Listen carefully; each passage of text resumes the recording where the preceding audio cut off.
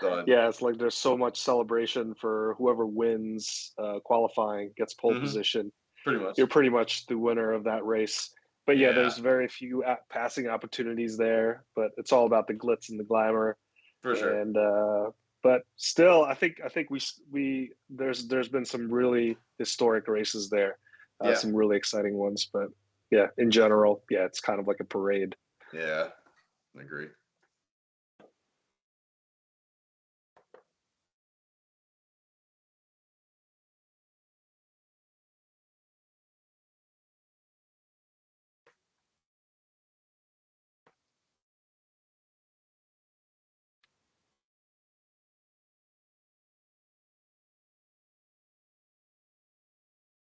And even Chase, for me, I just don't feel it. I just don't feel like there's a connection to any of the drivers. And seeing as how the cars are effectively spec, slightly different bodywork, slightly different engines, but they're all pushrod V8s. Even though Toyota doesn't make anything with a pushrod anymore, it's driver driven, and I just don't feel like I have a dog in the race. And I find myself rooting against Joey Logano more than I find myself rooting for someone. And like on the flip side, like F1, at least there's like Yeah, you if you have national pride. So like Haas has been American and was, well, let's just face it, they punted on 21 to work on 22. So hoping that cars, they can come back and make a mid pack fight with that. But the Germans have Merck. Brits have Aston Martin, McLaren. Austrians have Team Red Bull. Even though like 99.9% of these teams are based in England. Obviously Ferrari and Alfa Romeo for the Italians, and I guess Italian Americans for Haas, since it's mostly a Ferrari car. But it's the fact that every single one of these right. cars, they may look similar, but they're different. Different philosophy. Especially this year, if you look at the cars that were, if you look at the cars that came out this year, and so on, that Ferrari has very interesting side pod design. Uh, Aston Martin went with a different side pod design than partner company. Partner company Mercedes. There it is. So it's like it's just like there's so much this year. There's been a lot of variety, especially with like all the new car reveals and things of that nature. Like there's so much more variety in it than there is like NASCAR or IndyCar. Like the only other series you could get that has a variety in class is sports car racing, which technically speaking is my favorite form of motorsport. But like F1 this year, it showed that when there's two teams on equal footing, just how exciting the racing can be. And as long as Hmm. I mean, Netflix, I guess, was a producer of this season, from what I hear, uh, especially in Abu Dhabi. Oh, Yeah. But Well, like even that's a yeah. so, whole like other. you get That's a whole other that subject. Drive to Survive, where like the first season of Drive to Survive made the mid pack interesting. Like guys like, hey, if Right. Of these course. three Yeah. teams crash into each other, we can win. But that obviously never really happened. So like it Yeah. was it it's it you're interested. It's almost like multi-class racing, because like you have the teams that are going to win, you have the teams that could potentially, might possibly, if they get everything to go their way, might win, and then you have the other people, and everybody seems to be fighting for something. And the rules like they're like, okay, so we have a cost cap, but it doesn't mean you have to use the same wing or the same wheels or the same engine or the same radiator system. Like everybody has their own unique way of taking on it. Even this year, where the rules are the most restrictive and use the most kind of shared components, if you want to put it that way, than any other year in Formula One history, and yet there's diversity in the cars. You look the Ferrari, for example. I'm really interested to see how the concave side pod works. I'm really interested to see, Hmm.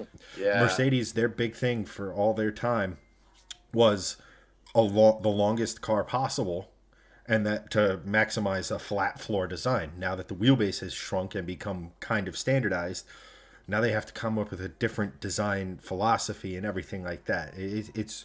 That's really cool to me. Like the next gen cars, don't get me wrong, next gen cars in NASCAR, 18-inch wheels, aluminum alloy wheels, center lug, different suspension, 6-speed sequential gearbox, no more 4-pattern H shifter or 4-pattern or 4-gear H pattern shifting. Words, good.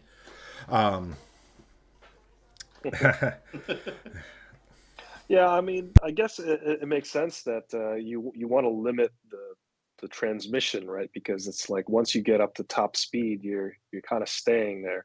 Again, the track layout isn't that complex. You're kind of going at a steady state, like 200 miles per hour. You know, no shifting really needed. But what you were saying earlier regarding F1, that kind of brings up a question. So, given how close it was with last year's car, you know, there's going to be a bunch of a lot of vehicle changes, obviously, to have a new car, and there's also like cost caps, and they're even going to regulate the amount of time you spend in like wind tunnels and stuff. So, do you foresee that the 2023 or the 2022 season is going to be very similar to 2021, or are we going to see a more interesting mid-pack battle? Are we still going to see the same top-tier teams like Mercedes and Red Bull, or is there going to be like a third or fourth top-tier team? For my money, what do you think? So there's two ways this usually goes, right? So let's go back to the last time we had major league rule changes, and really nothing Turbo well, hybrid even before start. that, if you look at the introduction of like the hybrid era, and this was back on the old screaming V8s back in 09, team crushed it and then dominated, right? That was Braun. They dominated the season until everybody else came back with the double diffusers and things like that. You look at the next set of rule changes, Red Bull nailed the design and they were the team to beat for years. Then Mercedes nailed the original design of the turbo hybrid era, like you were mentioning, Greg, and they proceeded to dominate from there. So there's one respect that one team's gonna get it right, and everybody else is gonna be playing catch up.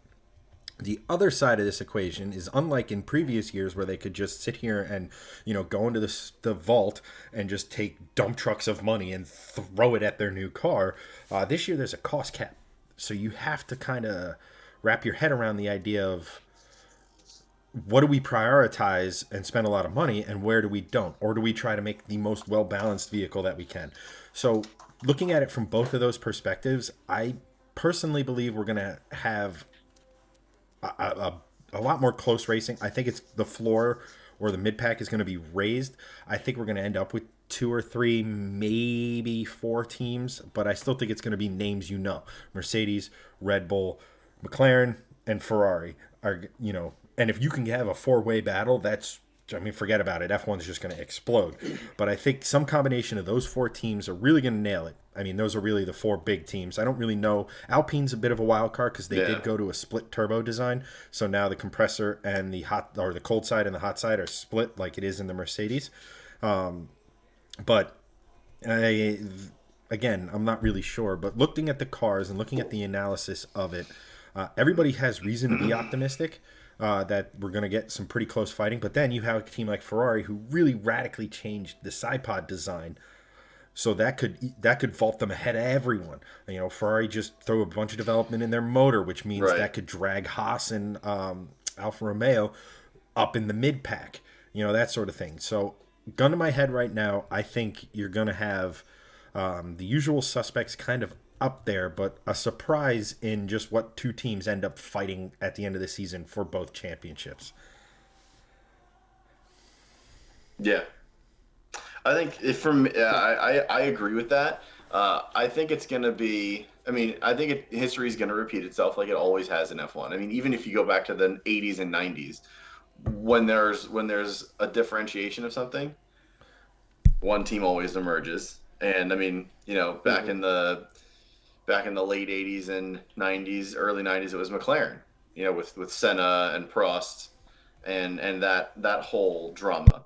Then after that, it was Williams. Williams dominated the sport for like Right. 5, 10 years. Then after that, it was Ferrari with Schumacher. So you have yeah, and there are these couple of times that you get these 1 or 2 years or that everyone's sort of competitive, but those are so few and far between. Like I think there's maybe a couple of times that's really ever happened. The last time it really happened, other than 2021, where you had a really good battle for the top spot, was I think it was 2007 or 2008, where it was like Lewis's rookie year or the year after, um, where there was like four different teams that could have won the championship that year. It was I think it was the year that Kimi won for Ferrari, and Mm. it was just such a crapshoot at the end that Kimi ended up winning it by like 1 point over, I think it was Hamilton. I That honestly was forget, but Hamilton's rookie that was season really when Kimi won. yeah, I think that was it. Yeah, but it was either that one or some one of them within like a 2006 to 2010 time frame. That there was on the last race of the year, there was like four teams that could have won the championship, like four individual drivers that could have won the championship because it was so close. So like I'm hoping for that, but I'm also being realistic. There's going to be one team that just blows this season out of the water. I predict.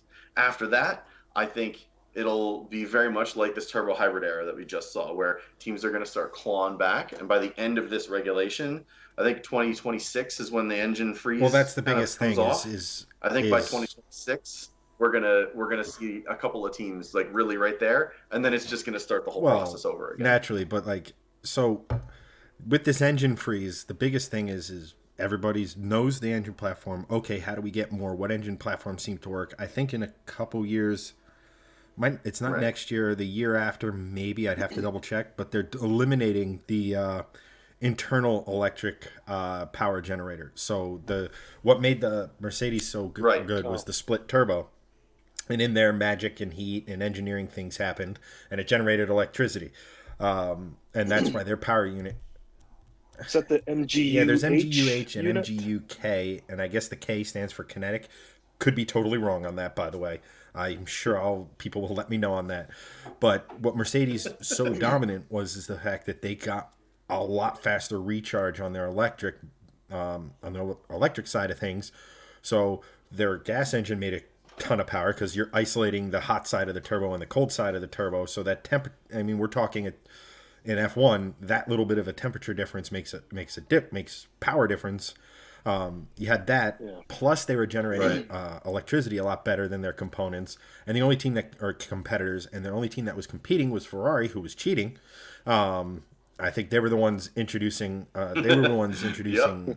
Actual like engine oil in the engine in such a way that it was part of the combustion process that made more power. Mm. And then you didn't really see anyone Right. come Getting more whatever it is. octane in Usually there. oil lowers your octane, but I'm not an F1 engineer by any stretch of the Mm. imagination. So, and then it took Honda 5 6 years or I'm sorry, like 5 years to figure it out before they were a competitive, what you call it? They were a competitive engine program. I mean, everybody remembers Honda and McLaren when Right. Honda first came back, and everybody's like, "Get rid of them now!" Ugh. And then they go to Red Bull, and all of a sudden, they're competitive Yeah. again. So now that everybody knows Right. these engines and that their design is the best it can possibly be, you're going to end up with either Mercedes was just kind of holding something a little back, and they're like, everybody's caught up, or have you trump card, or Honda is going to be competitive with it. Renault going to a split turbo is huge. That could vault them up the ranks or anything like that. And unlike any other era of F1, the cars are closer in just the rule set dictates that they're closer. So the barge boards that we saw that you test this little sliver of a barge board right behind the rear wheel to try to clean the air up and everything like that. It was it was you know what's it called? You all that development, all that little tweaking of carbon fiber and things like that comes with a cost. And now that there's a cost cap, you can't do as much of that. So I think it's going to be closer. I think, like Greg said, one team's going to have it a little better than everyone else, but I think it's going to be a lot closer than it has been in previous rule change iterations. Yeah. I hope it turns not into a spec series because I don't think anyone wants that, but I hope it turns into more like IndyCar in a way where it is a lot closer racing and you get multiple different winners every year instead of just, one new winner or two new winners per year, and that's really celebrated and that's cool, but like I'd much rather have it where you get, five or six different winners and there's like three people for the championship every year. Like even just that sort of expansion of competitive nature, I think would be a really nice thing to see in F1. It doesn't even have to be like blown out to like, you know, five teams are vying for the championship and, 10 drivers and blah, blah, blah going into the last race. It doesn't even have to be like that stupid dramatic. It just has to be like competitive where you can like three different drivers from three different teams. That would be nice because then I feel like that would elevate a lot more of the sport publicly, but also internally, just to be like, hey, we can do this now. And not that everyone's not doing that, because obviously it's Formula One, everyone wants to win. But certain teams are just like, I mean, we know we're backmarkers. Like Haas last year, like they were just like, yeah, we know. Like there was what was it? I think in Abu Dhabi, they were doing single man pit stops. Like they didn't have a full pit team. They just had like they knew. Like it's I like it to be where the back markers aren't like we know. That's I don't what think I really you're like it to be. ever going to get there in Formula One. Yeah, I mean, I know, but that's what I'd like to at least say. I'd like it to be more of a spec racing, if anything, just because I feel like racing's pretty exciting when you're rooting for the drivers, and I feel like with the introduction of Drive to Survive, that's how there's a bunch of new fans now in the United States, actually being one of them. We're basically like rooting for the drivers, and it kind of sucks to think that, oh, well, this guy's really great, but he's on a crappy team, and it's like he's not going to do any better just because he's in a crappy car.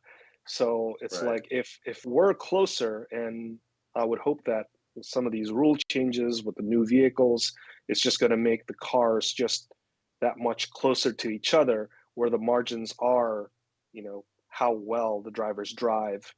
I think that would make for more exciting racing, because it's like, I mean, Yeah, just looking at, who finished at the top last year for all the different races, it's always the same teams. And when there's a new name up there, it's usually because, it was a really rainy day that day, Right. So some more variety, I think, would be cool. But yeah, that's how I feel. I think more fairness across, the engineering of the cars. I think that'll be better. Yeah. So have you guys on the topic of F1, have you guys seen all of the launches or the liveries? And if you have, which one's your favorite so far? I think Alpine stunned us with the pink. Did they though? It's actually pretty shocking. Their main sponsor has pink in it. I mean, yeah. And we saw when they were the primary sponsor. I mean, it might be for the first couple of races. Yeah, it's the first. When they were the primary sponsor of Force India, right. So they were the pink cars, and then Force India became Aston Martin, and Lawrence Stroll did billionaire Canadian things, and so on. But it's so Force yeah, India, it totally looks Point, like the Force India car. What used to be a Force India. Yeah, became Racing Point or that was Racing Point. Shady legal things. I don't think the owner of Force India was allowed into. Well, he was allowed into England, but if he did, he would be immediately arrested. So. Yes. Yep. But yeah, I think there's a bunch of them that have been released that are really cool. Haas is just Haas. It's the same car. It looks like the Russian flag. It's the same thing. I'll start with it. I think my favorite is actually Ferrari. I think Ferrari absolutely smashed the livery. I think it looks beautiful. I've seen a couple of comments of like, this is the most beautiful F1 car ever. I'm like, that's because they went to their 90s livery. However, it is very beautiful. Yeah, exactly. It's a classic, black on red kind of livery. It's really nice. I think McLaren's probably in second there with that Golf livery sort of esque paint scheme. And I know that they had said in the past that they are going to actually do a Golf livery for special races. I think so probably for Monaco again. They'll probably do that. Yeah. But I like I their think new they livery. did that last year. Yeah, they did that last year. It looked amazing. I would kind of wish they did it for every race because it looked so cool. But I'd say Ferrari then McLaren in my order, in that order for me. Yeah, I'd have to agree with you with McLaren. I think that they look pretty good with the new, the orange and blue. It's always like a good color combination. Yeah. So. Yeah, McLaren. For I mean, how can you How go about you, wrong Chad? with the Aston Martin, man? British Racing Green looks good always. Yeah. Yeah, it's true. You know, that's a very, very good looking car. Ferrari reminds me of the old Boxer. Well, I don't think they ever had a true Boxer 12. I think it was a flat 12, so 180 degree V12. But those old red and black, always good color combinations. You know, McLaren. I love what McLaren did, and they did almost McLaren branding, so that their liveries in IndyCar, their liveries in other forms of motorsport follow that theme. I think that's really cool. So now you can, you may not know the car based on the shape, but hey, it's got McLaren color, so it must be McLaren. That sort of a thing. I mean, Mercedes going back to the silver arrows. I like the black cars much better than the silver cars, but when you're the silver arrows and your car's black, it's like it'd be like Ferrari going to a blue car for some random reason. Because I think silver is, or I think silver is still technically the official racing color of Germany. Not that anybody abides by that anymore, much. I mean, Aston, yes, but I mean, if they got a sponsor that was, blue and green and all this, they'd absolutely run that livery. It's weird because like the cars that look, I mean, I want to like the Haas, but it's just so I could have done this in Photoshop, kind of a thing. I really want to like. Yeah, the best Haas livery was and Rich Energy. I still have not gotten the case of that I ordered 3 years ago. I know. For anyone that's watching on this or the stream highlights, we actually ordered a case of Rich Energy, and we were just like, yeah, we want to taste what Formula One feels like, and it just never came, which I guess is apropos for Formula One. I was really looking forward to sponsorship for the bottom end. I was really looking forward to an episode on Drive to Survive, on like that whole fiasco and how that went down. I don't think they touched on it at all. I don't think they did either. I think there's missed a opportunity. ongoing legal battle that kind of precludes it and everything like that. But real quick, guys, we have a couple comments. We have Rob, who's our first ever YouTube live commenter. So congratulations, Rob. We'll give you our case of Rich Energy when we get it for being that first commenter. No way. We're going to give you the case of Rich Energy with 3 missing because I want us to try that. Exactly. So we'll open one up, drink partially, and then send whatever we don't finish. Which is likely to be most of it. But he asks, what's our takes on Geely taking over Volvo and Polestar? As an American, I cannot endorse the politics of Winnie the Pooh regime. That's, I guess, the leader of China. And then, he's a long-time Volvo fan, and I guess he just doesn't like that it's not Swedish really anymore, apart from them being built there and some being built in China. But Greg, I think you are our all things Volvo expert. So, thoughts? Yes. So this is actually a kind of a topic I wanted to make several videos on, and I haven't just gotten around to it. So here's the deal. I'm totally fine with. I'm going to call it Geely. I don't know if it's Geely or Geely, but I will say Geely just for continuity purposes. For Geely taking over Volvo and Polestar, I am totally fine with that because they have really taken a hands-off approach when it comes to design and sort of how things are built. Obviously, Volvo is going to take a road or the path of least resistance for manufacturing. So obviously things are going to be made in China that will be for the Chinese market, and they're obviously going to use that manufacturing facility to move product through it and get it to the world to create more product. It's just how supply chain works. Building things in China is cheaper than building things in the US in certain scenarios. So in that aspect, totally fine with it, because the cars are still pretty quality. A lot of it revolves around what Consumer Reports are saying, and like, oh, Volvo's at the bottom. It's like, yeah, but Consumer Reports is also a very biased source in some ways. So overall, I'm totally cool with it, because at the beginning, and we've actually talked to people from Volvo that have said, like very, transparently, yeah, they bought us, but we haven't really had a ton of interaction with them from the design process scenario. They still design everything in Sweden. They still manufacture stuff in Sweden, and not all of it, obviously, but it's in this realm of Geely just basically was like, we're gonna buy you. Here's a bunch of money. Keep doing your Volvo thing, and that basically has kind of shown forward with everything they've brought forward in the SPA platforms. I still own an XC90, and it's been a fantastic car. It's zero problems. It's beautiful. It's pretty decent in every single way. It's incredibly safe. It has all of the Volvo hallmarks to it. Yet, this Chinese-owned company, or this Chinese like umbrella company, now owns it. There really isn't anything in there that you can see that would be like, oh, well, this is a Geely part of this. This all feels like Volvo, and it still is like that. So, long-winded response to it. How do I feel about it? Personally, I feel fine about it, because Volvo got this influx of cash to then make more amazing products. And everyone's also missing the point that Volvo's hitting sales records year after year after year since Ford dumped them and Geely came on and bought them.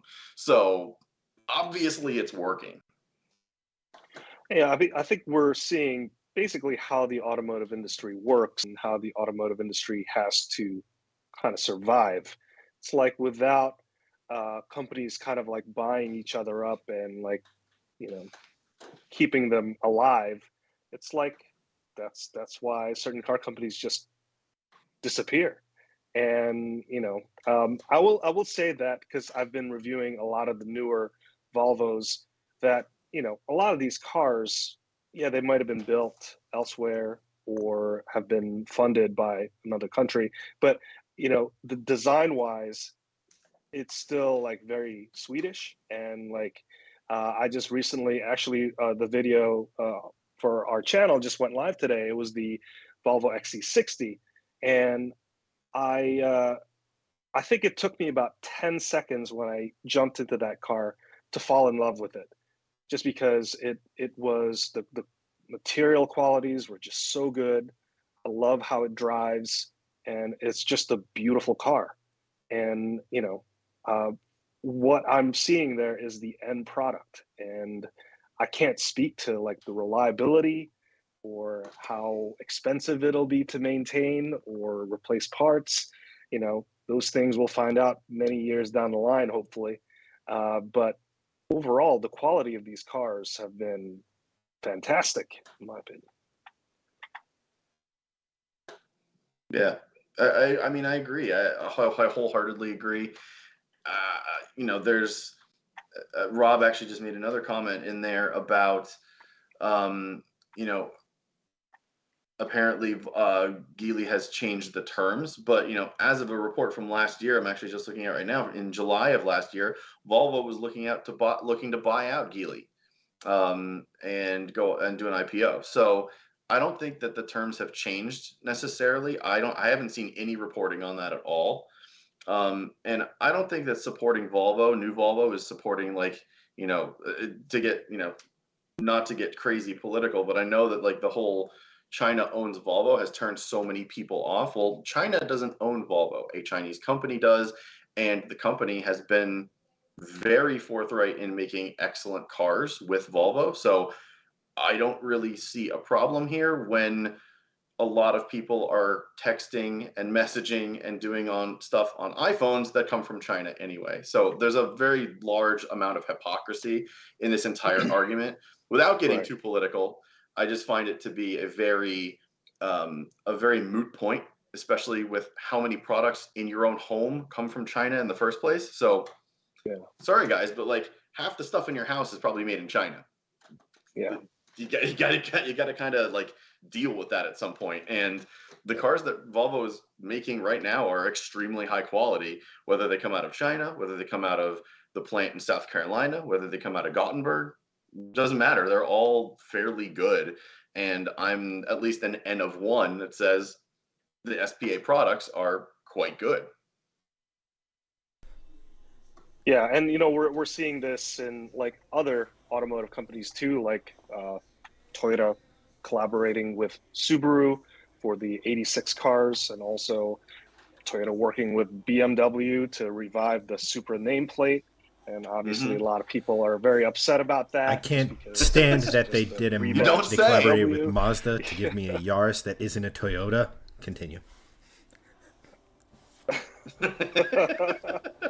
But it's like let's be realistic, without companies kind of like getting bed with each other, it's like your favorite car companies are just going to die out.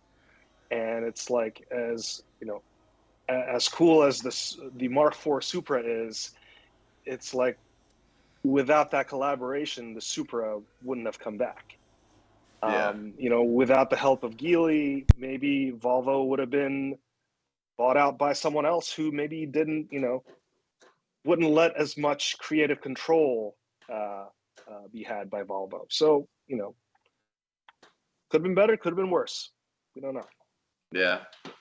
Plus, we got Cyan Racing out of it too, which is cool. While we're on the topic of it, and I have it up here for the guys here, Hanson, your most recent review was an XC60, and 60. Yeah, RIP.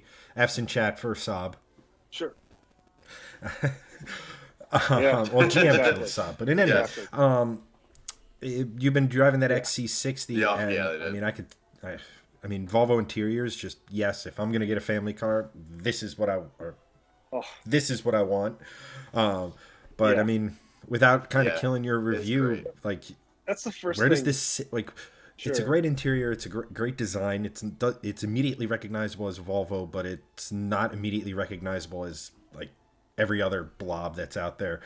But I mean, where do you kind of put this against the others? BMW, Mercedes, Audi, all the other luxury marques and things like that. Where would you put this among those guys?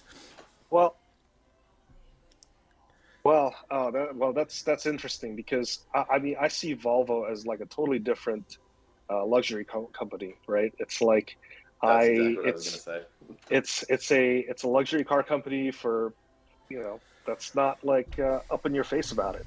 It's like the quiet guy in the corner who's just minding his own business. It's like he might be wearing something extremely luxurious and very expensive, but he's not telling that to everyone else. I feel like that's what the Volvo car is like. You see a lot of high quality materials, and the first thing I fell in love with the car was the interior. It's like there's the inscription models come with the Orforce crystal gear shifter, which is, I mean, I don't know how expensive that part is, but it's got to be really, really expensive, because it's a is it actual crystal? And it's so unnecessary. Yes, it is.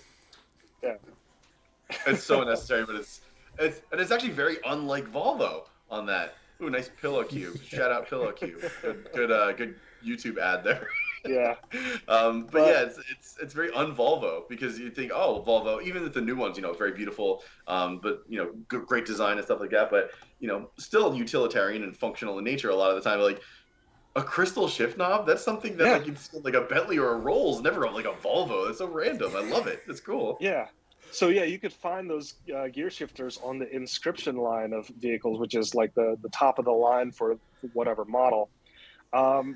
And then the leather quality is awesome. The touchscreen is great. It's got a fully digital instrument cluster.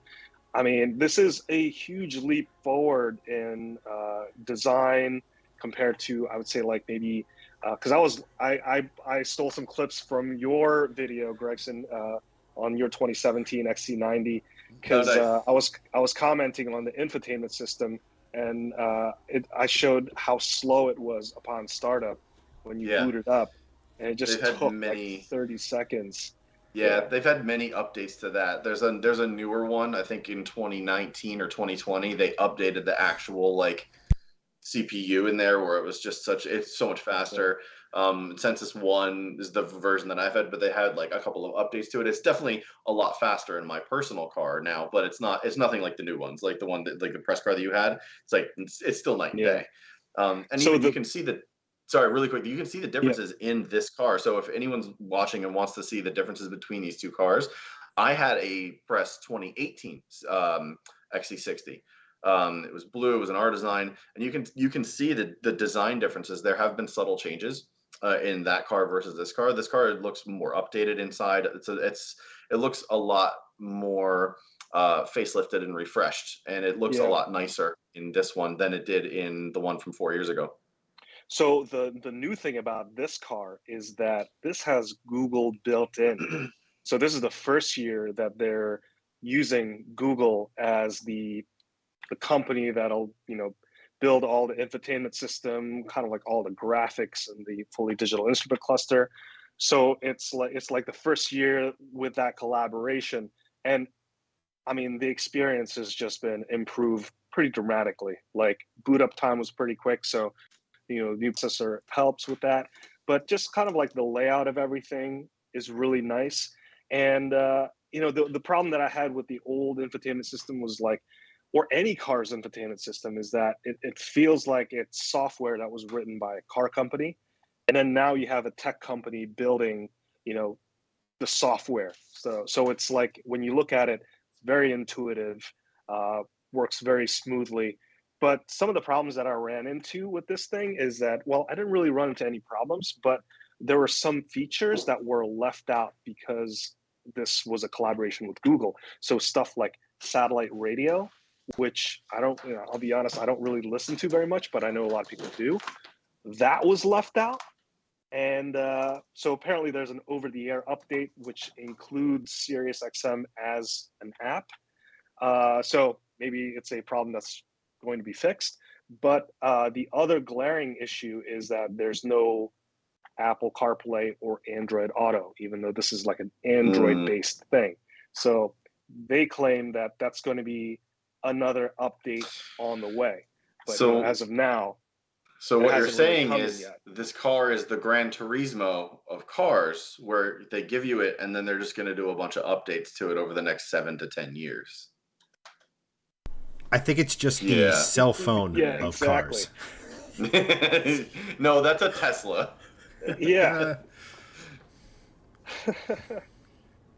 But if you ignore all of the Google built-in stuff, still fantastic car. It drives like a mid-size crossover, so it's like not as athletic. This one has this is the B6 all-wheel drive. So that means that this has the 2-liter four-cylinder turbo and supercharged. So it's making like 300 something horsepower. Um, Overall, I think it was a pretty good car. Lots of cargo space, lots of really cool features. I mean, really luxurious Mm. feeling features. Like I sat in that car, and it just felt so calming. It's like I just want to sit here all day. I just want to like sell my house and just live in here. Yeah, it's a beautiful But interior. yeah, Yeah, it's a beautiful that's the car. one thing. Yeah, Like, I don't, you can look at Volvo's history, and they were kind of known for doing things differently, like taking a station wagon touring car racing. They're known for safety and things like that. Or the old brick era where their designers weren't allowed to use curved lines; they could only design with a ruler. Transitioning into like the P2 era and things like that with those 5 cylinders, which are some of, if not the best sounding small displacement engines you can get in normal cars, to now I think their design is just so, for what they are, for what it is, for what you're going to use it for, the design is almost perfect. You get a family Yeah. SUV, right? And you don't want it to beat you over the head with styling, but on the flip side, it also, it's unique but subdued. The interior, I mean, the buttons. Now, real quick, Hanson, I'm just looking at this. Are the buttons on the steering, before I praise their interior too highly, are the buttons on the steering wheel haptic or are they actual buttons? They Win are for Volvo. Best actual interior buttons. in the automotive Yes. landscape. I might as well just hand him the shifty now. As they Yeah, should be. it's As they should be. that is the sad state of the industry when we are praising steering wheel buttons. But just to kind of give some context to everyone else, I just recently drove a Volkswagen GTI, and it looks pretty, but man, just using some of the infotainment systems in there, some of the steering wheel buttons was a terrible, terrible experience. That I when I jumped into at the XC60, I was like, wow, this is great, but it's a Yeah, traditional, just physical button. that's the You know? way that's the way it should be, man. Like every Yeah. every single car company that has done the haptic feedback buttons, the next generation, they took them out. Like Honda learned that lesson the hard way, and something as simple as like a volume knob. Yeah, I think it's the Mach-E. Almost positive it's the Mach-E. It might be the new. It might be in the Lightning as well, and it might be on the highest trim level of F-150s.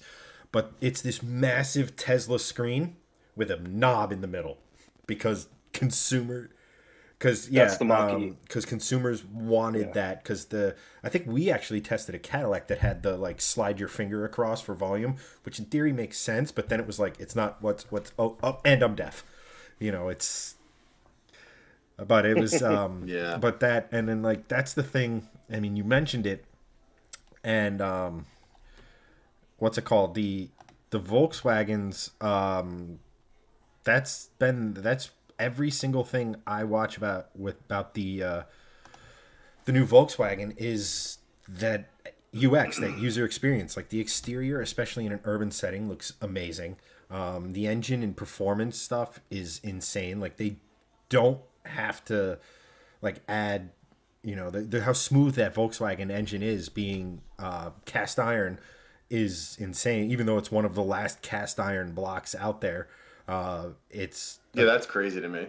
but it's a smoother surface. And they found that if like you go to an aluminum block, all the other stuff to make it nice to drive, you're adding almost a significant percentage of that weight back. So it's a strong, smooth Yeah. engine, but everything I read is those buttons, man, or lack thereof, or whatever you want to call them, just yeah, and Yeah. you've been driving that, yeah. and I guess you're kind of our modern hot hatch expert, because you not only drove that, but you have this bad boy, the Veloster N, which on the face of it they kind Yeah, of sweet. compare, but Yeah. then you look at it, they don't compare. It's Do they compare to each other? Like, can you sit here and say that the N is a competitor to GTI, not like say the hardcore R or whatever?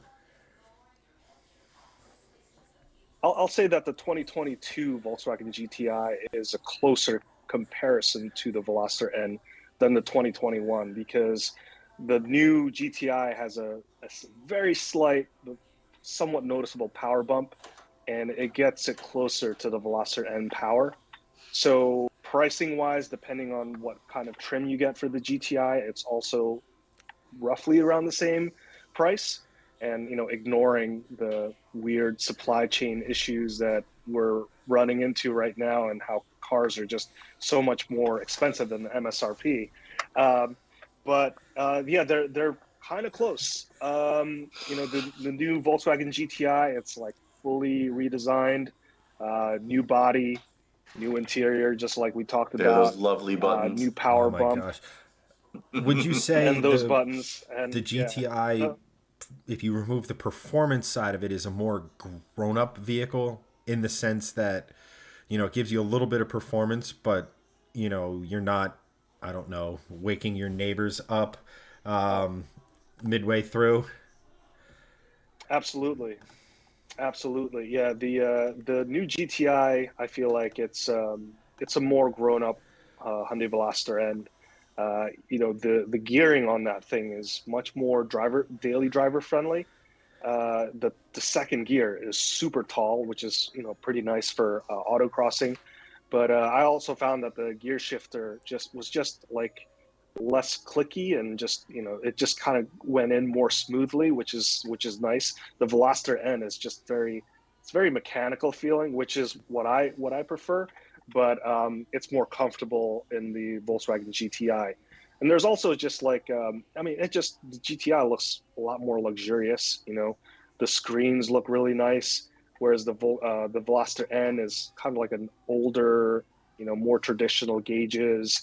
And also there's like the plastic in there. It's like Hyundai fully embraced the plastic interior. I was like, yeah, it's plastic. We don't care.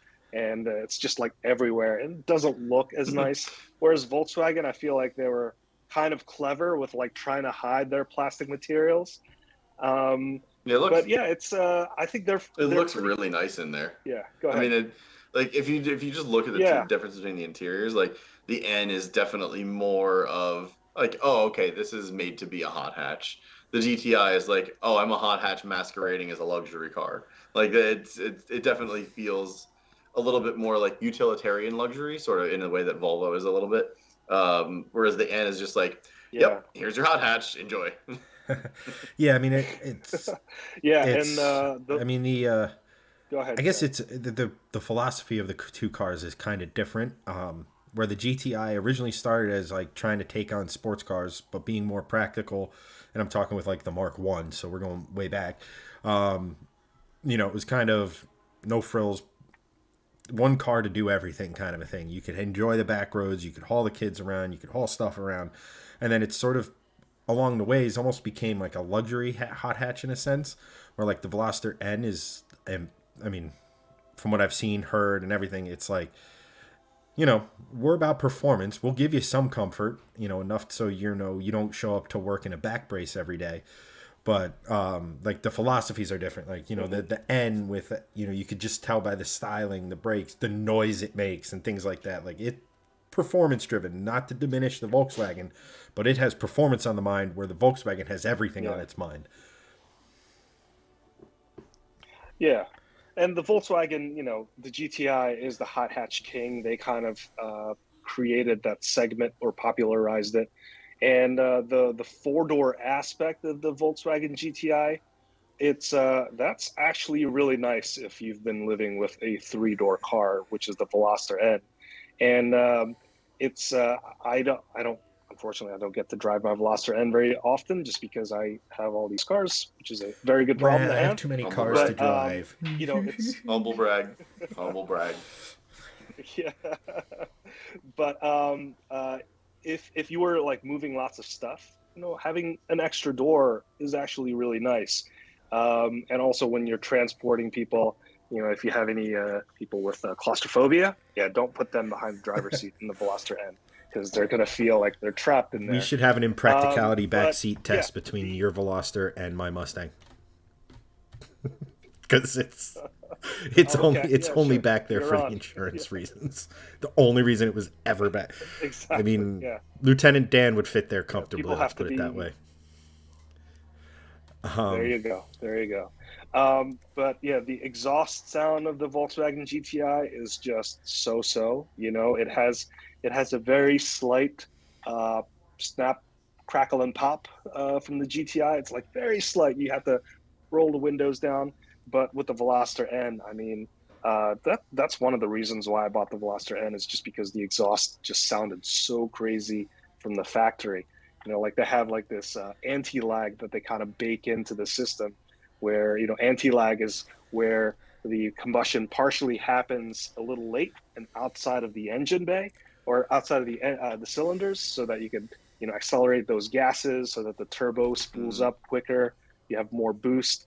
But the byproduct of that is like you get machine gun fire sounds out the back, and that's just what I love about the Veloster N. It's just like when you just go up all the way to the red line, it's going to make those gunfire sounds, and it's a great way to scare the neighbors. But the Volkswagen GTI, it doesn't have that.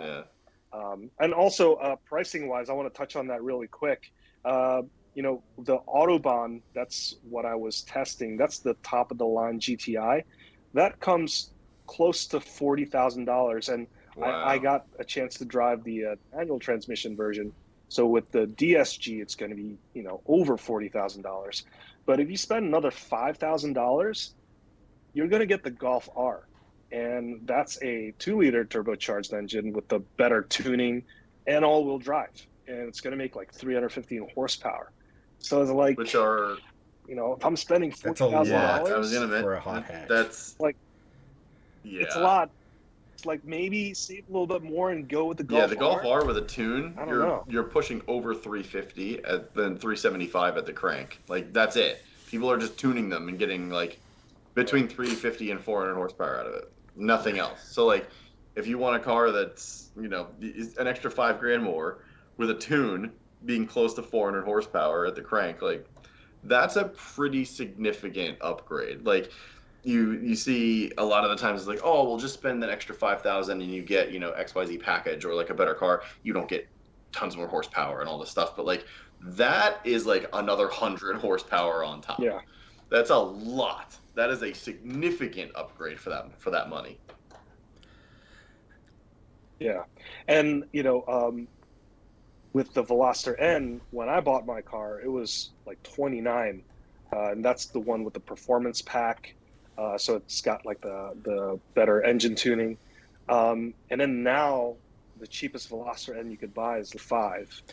So it's like when you compare it to the GTI, it's like, oh, it's an easy choice, like the Veloster N. But once you start creeping up with the GTI, it's like, oh, maybe Golf R. But then now you look back to the Veloster N, it's like, or I just go with the Veloster N and just save the, what is it, like 12 grand to kind of a lot. do some really fun stuff with that. So Yeah, there's always and like plus with the Veloster N, you got that sick warranty, So yeah, man. Oh, yeah. There's always that. I mean, I think if like, you just can't beat the value of it, right? Like, okay, so for the GTI owner, the Veloster N's, let's just say, boldness or brashness or anything, that might be a bit of a, I want something quick, but I don't want the neighbors 10 houses down to know I have something, like kind of that more subdued performance or something like that. But even so, there's the price difference is nuts. Because, I mean, it's the Veloster N is a hugely capable vehicle. It's basically a Type R with a little less power. And, I mean, anti-lag on a car that was right around 30K. I mean, come on now. But I think it's different horses for different courses. So if you're looking for performance, the N, if you're just, kind of a comfort snob. Like a more well-rounded jack of all trades kind of thing. But I mean, because each one of us is going to jump in the Veloster N and say, let's go. But no, you watch those ads. Give us money. I am. Just because it's not on the stream doesn't mean I'm not watching it here. Don't click next. Don't you dare. You give us that penny. It's still there. We need that nickel. Good. Verbo. Someone else click on that. Go watch our videos and click on those ads. Yeah, I mean, we have a couple comments here that I just wanted to touch on before going too much further. We got another one from Rob. Oh, yeah. He makes a good point. And, at the point when you're spending $40,000+, Type R becomes a very real performance. Yeah, that's true. Performance variant that option, especially with the new one not looking so god awful. And then looks aside, though, that thing is an absolutely world-beating car. Like, I think Hanson, you and I have put it around Monticello at different points in time. I forget if you had, Chad, but I think have you driven it or not? But it's been a while. When it was first there, I drove it. I mean, there's no denying. It's the amount of it's such a mind F car because I think I hinted on this on another stream. Like, there's a couple of cars that are just total mind screws. One of them is the Mustang GT350R. Shouldn't be able to do the things it does because you think Mustang, you think, oh well, it's a muscle car, it's a pony car. It's sporty, it gets the job done, and it's fast in a straight line. It's good in corners. But then you get in like the GT350R, and you're like, oh my god, how did they make this happen? The Civic Type R is the same thing, where it's like front wheel drive, and you put it into a corner and you put your foot down and you feel the torque vectoring actually pull you through the corner. I've never felt that in another car, front wheel drive, ever. And it is like legitimately a track weapon as a front wheel drive car. Like, everyone's like, oh, front wheel drive cars, they're not real drivers' cars. I'm like, then you need to drive some modern front wheel drive cars like the Veloster N and like the Civic Type R, because they are legitimate sports cars. They really are. And the Civic Type R is in that realm. Like, those are like the two biggest mind screws of any car I've ever driven, of the 100 whatever plus cars I've driven at this point. Like, Civic Type R is legit a track weapon. It really is. Yeah. And the gearbox is really good, so too. Like, I just love the Honda gearboxes. They just feel so nice and crispy, and but yeah, like, to your point about the front wheel drive cars, it's like, you really have front wheel drive cars can be fun too. And like, I had that perception before, before I bought the Veloster N. I was like, I'm just going to stick with rear wheel drive cars just because, like, I love driving them around, but like, front wheel drive cars are pretty fun too. And it's like, they're fun in different ways. And it's like, the fun is when you're taking it to those limits where you can tell the difference between the two. It's like, yeah, it's one thing to just like comment, this one is better than that, but it's like, experience it for yourself, and like, you'll find that there's interesting characteristics between all the different layouts. My Mustang has a very interesting feature. I know when I start hearing screaming, I am losing traction. It's a nice little feature. Well, there was a feature like that in some of the old Volvo V70Rs, the automatics, where when it rained, you would just hear this from underneath the car, and everyone was like, what is that? But it was like, there's something that happens during rain where it's like, it must be raining, my car is screaming at me. Actually a thing. But while we're, yeah, it's that's so weird. You might want to get that checked out. You should see a doctor.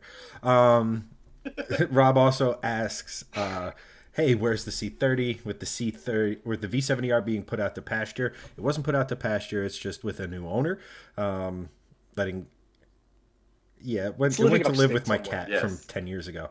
But shifting it's not dead. I mean, when you were a kid, you're like, oh yeah, the dog we sent him to a farm to go live out his best days. Like, the V70R is still quite alive. It's not a dog on an imaginary farm.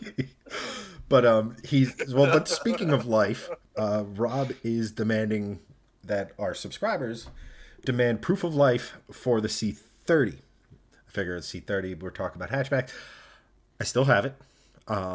You will actually see it in the next vlog on Shifting Lanes 2. So stay tuned for that. Subscribe. Yeah, you're definitely going to want to watch that, because I kind of go over... Yes, please. Notification. Yeah.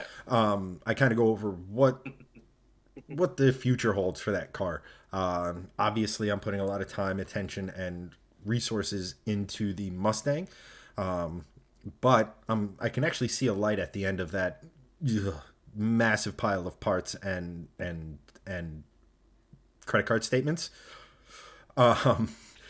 So it got me thinking. I got a lot of thinking. I don't want to ruin the video, so you're just going to kind of have to wait for that. But Rob, if you're looking for proof of life, stay tuned. Should be this week or end of this week or next week at some point with that vlog. And I'll go over everything with the C30, what kind of her future, things like that. But I do still have her. She still is alive. I don't have a picture of me holding a newspaper next to it yet, but it's coming. It's coming. So just stick with me for a minute, because literally the next video will feature it in some fashion. So I'll go over everything there. Kidnapped my own car. Subscribe or the C30 gets it. So yeah. Anywho, where are we? Let's see here. So, actually, while we're here and while we're speaking of that V70R, one of the things I did want to touch on, guys, is if you were here last week, you saw Hanson and I talk about the first project car video we ever made with the original V70R. And I kind of enjoy going down memory lane and things like that. So we have another one for you guys. Real quick. And we'll just cue that up. But this is the one where when we first drove the first V70R, the number one thing it needed more than anything else was brakes, because it had the soft pedal. You press it and it'd be like, I feel like I'm vaguely suggesting it to slow down as opposed to demanding it slows down. So first thing we ever did in our, my old workshop, I still work there, was doing the brakes on it. So we're just going to kind of talk about that job. Hanson and I did it. We stole the car from Greg and did it for him, which I don't think he ever thanked us for. So yeah, I'm just gonna sit here, continue to not thank you. Fair. No. I don't own the car anymore, so no. It's somebody else's problem. That's right. But we did the brakes on this thing. It was our first attempt at doing some actual work on camera. And the thing I loved about this video is that the microphone was off the whole time, so Hanson had to go back and voice over the whole thing. Yeah. I do remember that. So we had that, and then we look at those babies. Yeah, look at those babies. It was like 5 years ago. I was like, I wanted to say I was still in my 20s then, but no, it was my 30s. No. Damn it. The vintage shifting lanes T-shirt and everything. A hatchet to open boxes, which is the only acceptable way to open parts boxes, in case anyone was wondering. It still boggles my mind that this thing came with Brembos. Unboxing. Yeah. And I think it's funny how unboxing videos have not died out crazy. Yet, so. Got these from FCP Euro. Yeah. Great company. They've supported us for a long time. So if you know of FCP Euro, hey, look, there they are. It's like you've watched this before. It's their old website. Go check them out. They're great. Their claim to fame is basically you buy parts from them, and as long as you own the car, you can send those parts back if they break, and you get new ones for free. And yes, that is a legitimate thing, and yes, I've used it. So I've used it too. Absolutely. On suspension parts, no less. Yeah, on suspension parts. And yes, they don't advertise it, but you can send back oil. They will do that. They still do. So they're a good company. I've met a bunch of those guys. They're good people out there for sure. You know, and then it's like this also, like when I was watching this back and trying to get an idea of where we were back in the day, you know, it feels like 20 years ago, but it wasn't really that long ago. But in internet terms, it was 20 years ago. Well, I mean, yeah. But it just got me thinking, like, this was a relatively simple job. I don't remember what this was for. But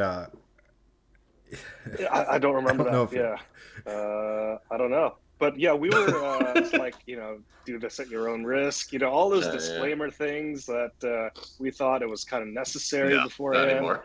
But it's like, if you don't know how to jack up your car, you're dumb. Yeah. But look at that. We actually I think I edited this video. So I think I included all those tools that's necessary, you know, because engineer. It's like, hey, this is going to be a reference at some point. Hey, we don't suggest you do it this way, but in case you want to do it the slightly incorrect way that we're doing it, here's all the things you'll need. So, C-clamp, something to hold the caliper, which was, I think, wire hangers, the C-clamp we were using to push the pistons back. Yeah, you see the calipers. And everything like that. But yeah, the something to hold the caliper was because the caliper was connected to a brake line, and you don't want to stress the brake lines when you're when it's just dangling, when it's off of the spindle. So you want to kind of support that, and wire hangers is Yeah. or a coat hanger. There you go. Or just is a zip really ties good in tool a for pair of that. dikes when you're will work. Yeah. Just There you go. basically the whole thing is you want to keep the stress off of the brake line and just hang the caliper up, so that way you're not pulling on joints, and then when you go to press, you weaken it, you don't even know you weaken it. You press the brake pedal and the brake fluid goes out that little stress point instead of into the caliper, and things of a fairly terrible nature happen. But as I remember, this wasn't particularly too difficult, especially with two guys. I mean, brake jobs really, aside from a certain S60R we owned, aren't the most difficult things in the world. But that kind of brings me to the point, like, I'm just curious. I don't know if that was it, but the worst DIY automotive experience you've ever had. The Hansons, I mentioned it. Go. All right, so I'm starting. Okay. Surprise! So it's the Yeah, S60. it's the S60R. It doesn't have to be, just. It's But and I remember it's that related. day. Yeah. Oh, it was bad, and like these jobs are all routine, and changing brakes, changing brake rotor shoes, basically for the parking brake, very routine. But we have the curse of living in the Northeast, where all of these routine jobs just get more difficult with the presence of rust, and it's not just like surface rust or anything like that, but it's just been rust that's been working through the decades, just like trying to eat metal and like seize everything together. So it's like taking off just a couple of bolts, which would normally be like a 5 minute thing. It became like a 2 3 hour thing. And like we were the Volvo S60R was like my only car at the time, and this warehouse or this workshop where we worked out of was like 40 45 minutes away.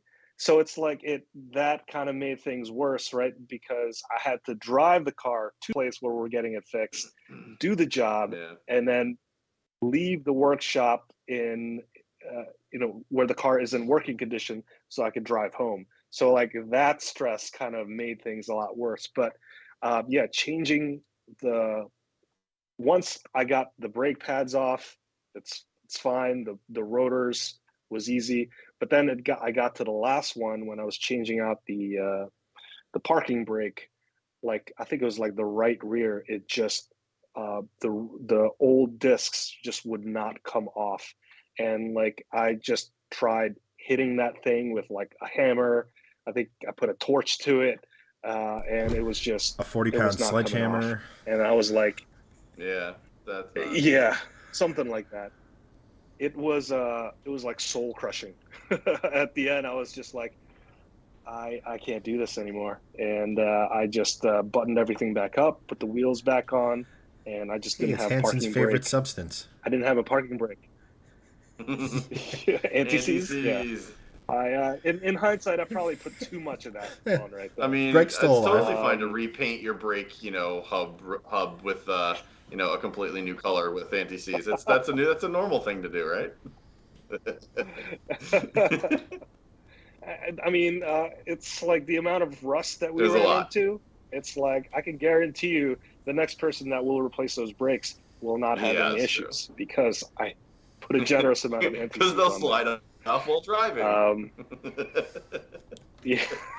There's so much anti-seize. Hey, I torqued it all down Gone. to spec. Yeah. But yeah, that was my worst. That was the worst DIY. It looks easy on videos. Well, when and you on edit YouTube. a 2 hour It's like, process why down to not? 10 minutes. Yeah. Yeah. And it's like, that meme where the cat is like has like a little cigarette out its mouth and a wrench. It's like when you're like 20 hours into like a 20-minute job, that's what I was feeling like that time. So mine, I think, is had to do on the same car that we're watching. Or it, actually, I forget if it was this car. No, I think it was the magic blue one.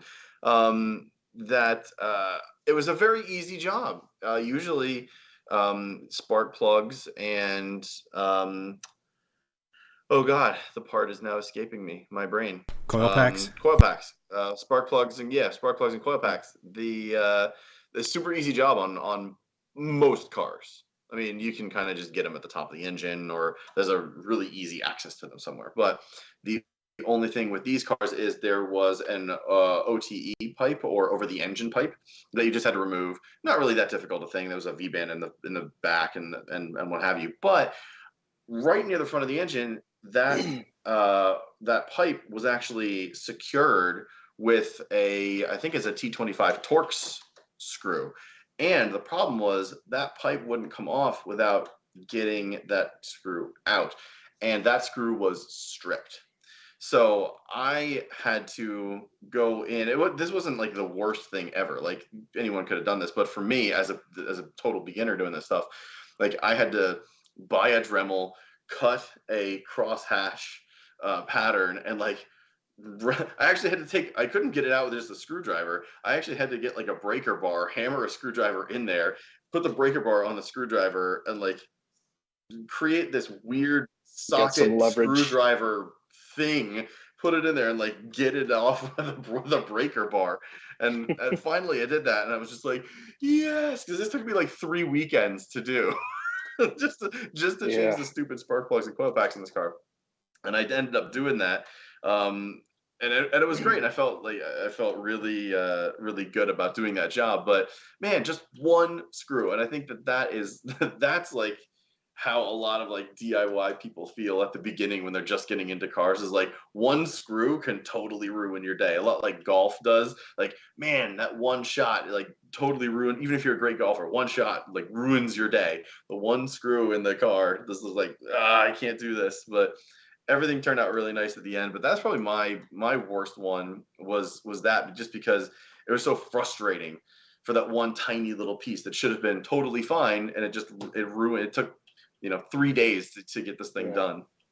So for me, I'll do two. So the toughest I ever had was removing the stock exhaust manifold on a 2001 Focus when I was going to put matched headers to it.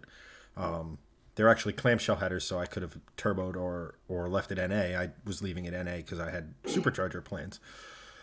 But you couldn't get to the O2 sensor, like the wrench on the O2 sensor, and when you did, you had like that much movement. You couldn't turn it. And I took it to a shop, and the guy says, "You know how you learn something new every day? Well, today I learned I'm never doing on any other car ever again." So I was like, well, no, it's a good thing you have money now. But during the shifting lanes tenure, probably the number one thing was removing the stock airbox. Everyone tells me it was a simple process, should be pretty easy, all that sort of stuff. It was a nightmare. That was on the C30. I got all the things, and it has all these like posts, so that they go in, and then you just got to kind of work them out. Well, I was hitting certain things here and there, and then famously, when I was done with it, I yeeted it across the entire shop because I'm like, fuck, forget you, man. I remember watching that. That was legitimately funny because I knew how. Oh, it was just such a thing, and that was by far and away the toughest thing. Then there was getting the upper intake tube to seat in the silicone joiner right after the turbo on the the intake side of the turbo, and you had to, like, again, it was one of those things where it wasn't just like where it wasn't just you put it in, tighten the clamp down, and move on. You had to literally start with the thing pointing straight up, rotate it, contort, pray to the gods, and then once it was there, quickly tighten it back down. Otherwise, you're starting from scratch, because this pipe, the aftermarket intake pipe, was so much larger than stock that they actually had to put a physical dent in it so it would clear like AC lines and things of that nature. But like you figure something as simple as a pipe fighting me was just beyond maddening, because at this point it was like I had finally gotten the stock airbox off. I was finally putting the fun stuff back on the car, and this was it was just fighting me the whole way there. A short, just a close second, and Hansen, patting himself on the back with the perfect pour. Nice. I forgot this was one where I think I even called Hansen out in the video. The guys who did so when I bought my Mustang, famously, the rear wheels were on the right side of the car. So it was 275s on the right side of the car and 255s on the left side of the car. Should not. So I went back, you fucked this up, fix it. That was the NASCAR spec. Turn left now.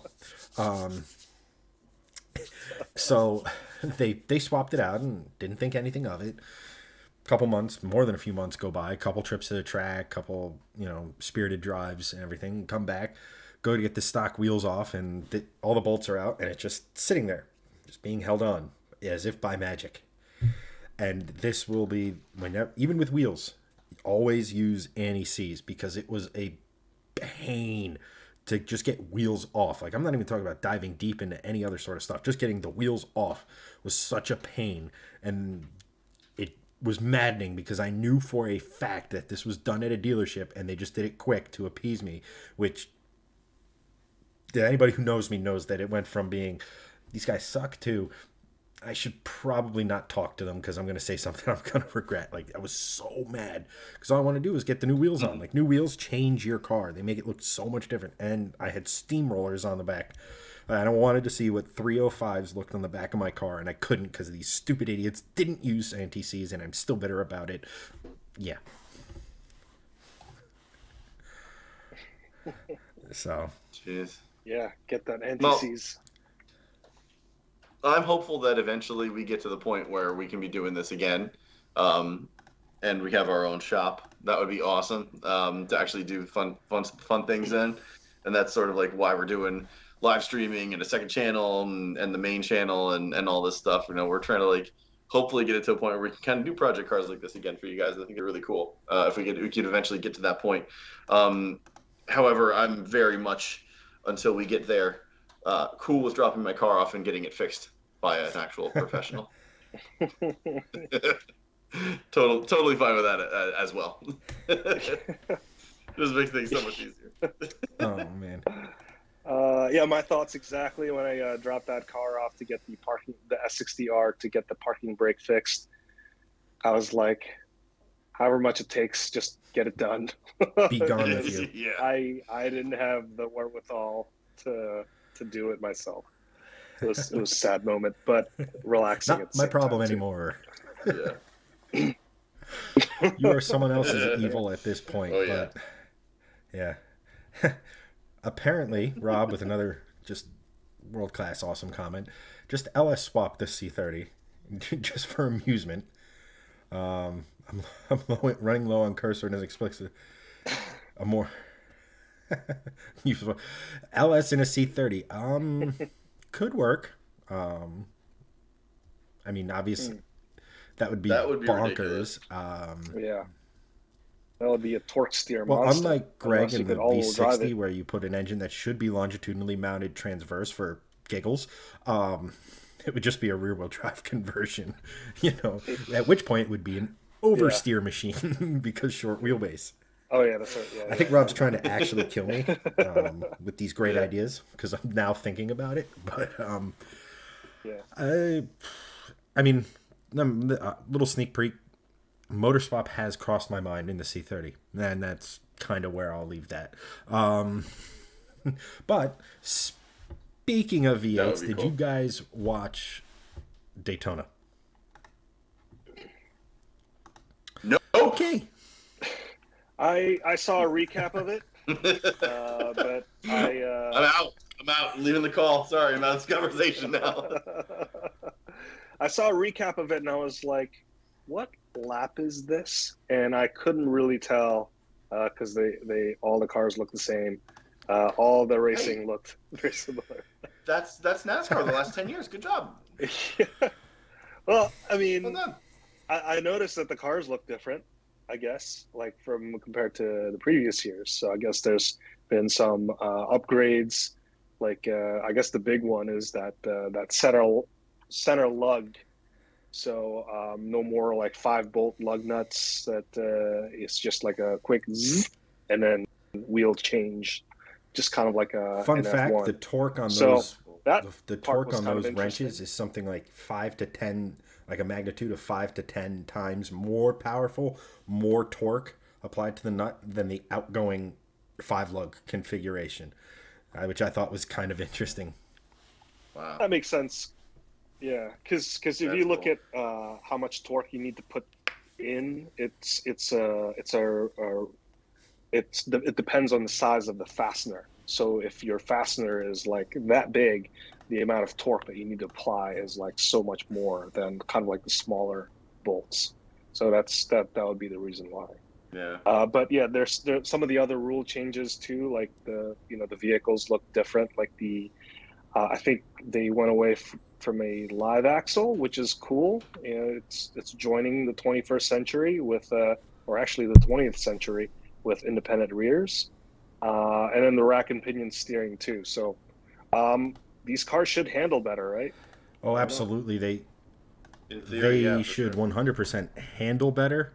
They're still high CG. I think they actually moved the CG up compared to the last gen car, which is an impressive engineering feat because those things had pretty high centers of gravity to begin with, but they're designed first and foremost to be the safest thing on 4 wheels. Obviously, part of the excitement to some of the simpler NASCAR fans is the accidents. Um, and if they want to encourage rubbing his racing, bumping, banging, all that other sort of stuff that NASCAR is famous for, accidents are just a byproduct of that, and you have to have a safe car, and that's why these things are effectively rolling, bricks. And for good reason. You don't want to see Right. aggressive racing lead to loss of life. NASCAR is to be commended for that. Right. But the wheels Hansen talked about, the rear end they talked about, these now have flat floors, carbon fiber flat floors with a rudimentary diffuser on the back of them. In an attempt, very similar to actually Formula One, to clean up the air behind the cars, so that the front end of these cars are so aerosensitive that that wash was creating a loss of downforce and not as much passing as both series would like. They have, limited slip dips, which, I mean, come on, 6-speed sequential gearboxes, which guys were actually using in Daytona, which I thought was cool. It reminded me a lot of how the guys in Indy, can go at sixth gear is like kind of a drafting gear, and although the NASCAR guys weren't doing this, they were running at over 220 to whatever in fifth gear, with sixth gear if they got enough of a toe, just so they had that extra legs to pass. Which I think you're going to see some of that in NASCAR now, guys playing around with the gear ratios, so that especially on these super speedways, if they get a bit of a toe, they can click up, and then use that to momentum. And then when the air starts to stall that speed, they can click down into fifth and continue on and things like that. The thing I think nobody's talking about is these are 100% carbon composite, or carbon fiber reinforced plastic body panels. So the days of seeing a guy, get hit and a pit member running over the wall with a sledgehammer to make the body look kind of effective to the wind, are done. So if you dent those things in, you can kind of pop them out, but if they tear, you're going to see that helicopter tape go on and everything, because imagine these things without carbon, like these body panels, they'd be so top heavy, and then Goodyear would probably just go fetal trying to develop a tire that would be actually effective for this. Hey Rob, real quick before they kind of chime in here, no worries, man. Monopolize the chat all you want, brother.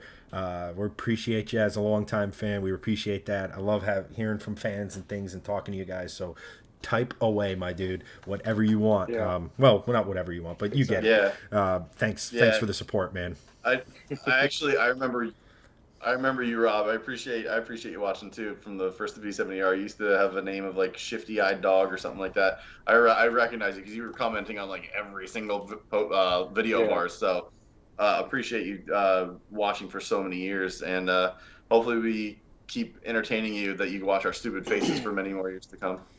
And I think right now is like a good reminder to everyone that you know we have shifting lanes too, and I know you touched on it earlier, but you know, like all the project car videos, the you know, all the personal vlog style videos, that's where all the content is going to be, is in shifting lanes 2.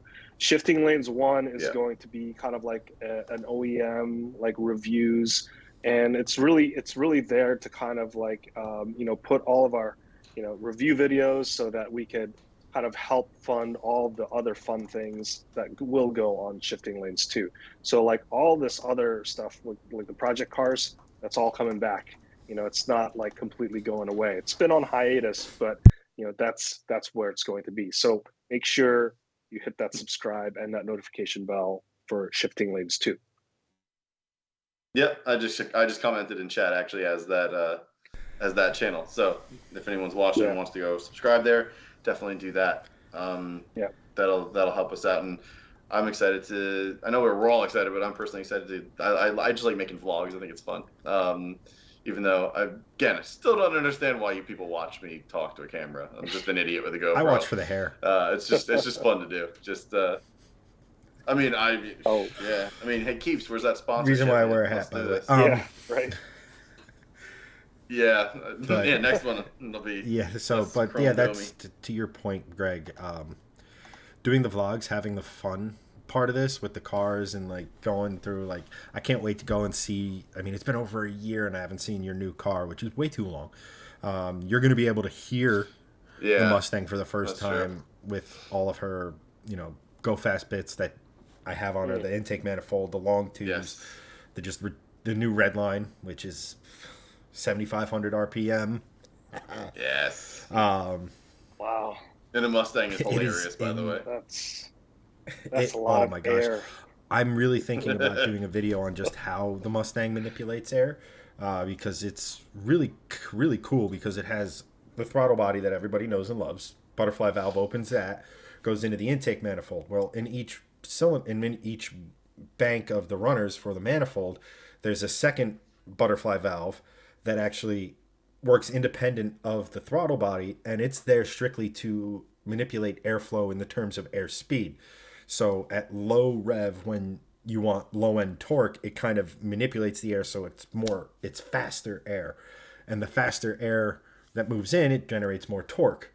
And then when you're at the top end, you want all of the air, as much as you can get, as much as possible, so it goes wide open.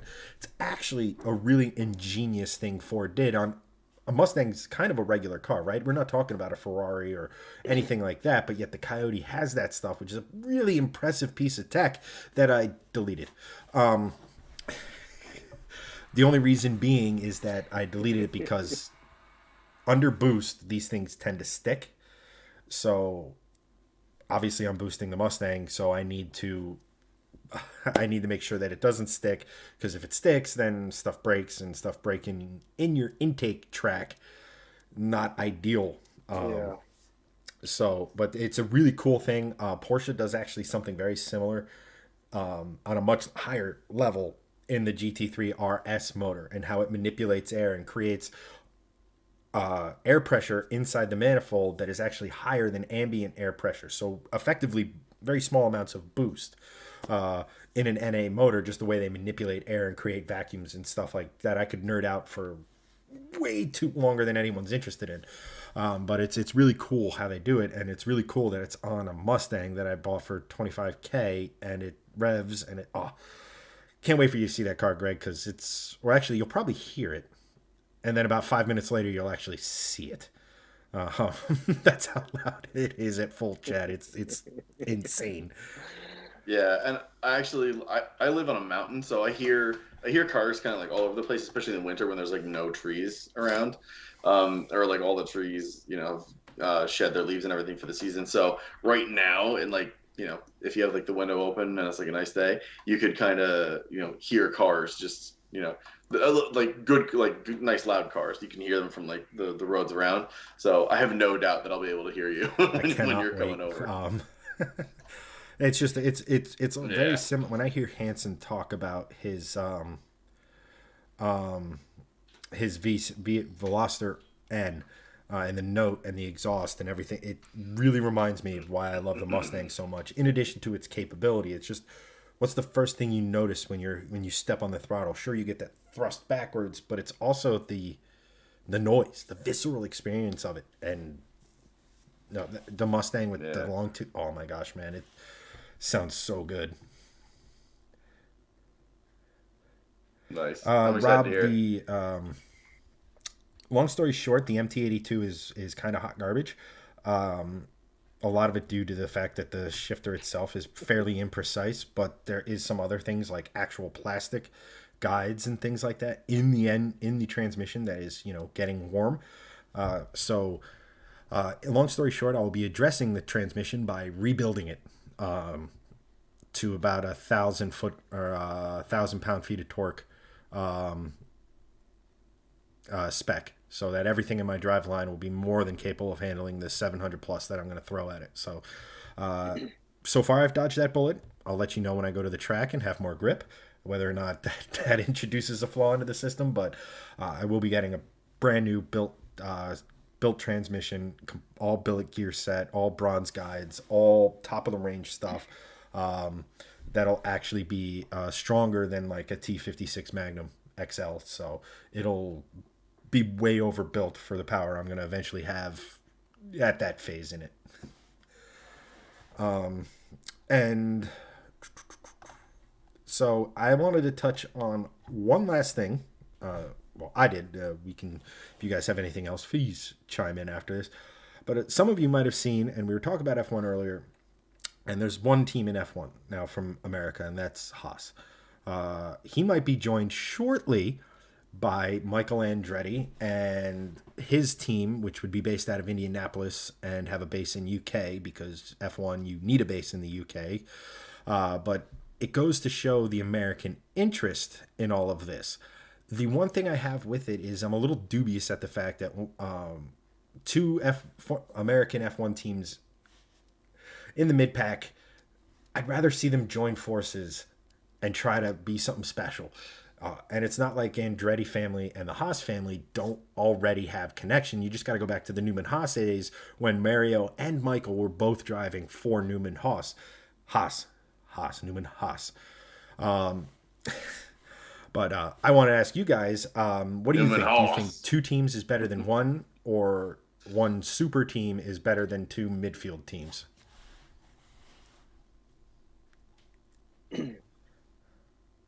Hanson, you go I'll, first on that one. I'll start with that. I think this really reflects the new interest of F1 in the United States. I personally went to a F1 race last year in Austin, Texas, in the Circuit of the Americas, the U.S. Grand Prix, and that apparently set the 3-day weekend visitor standard or visitor record for F1 races. So that really just shows you how powerful the U.S. market is. There's a lot of people that is interested in F1 now, and a lot of it's thanks to Netflix's Drive to Survive. And you know, I think that interest generated more interest for more Grand Prix in the U.S. So I think there's going to be more races next year. So there's going to be the Austin race and also the one in Miami.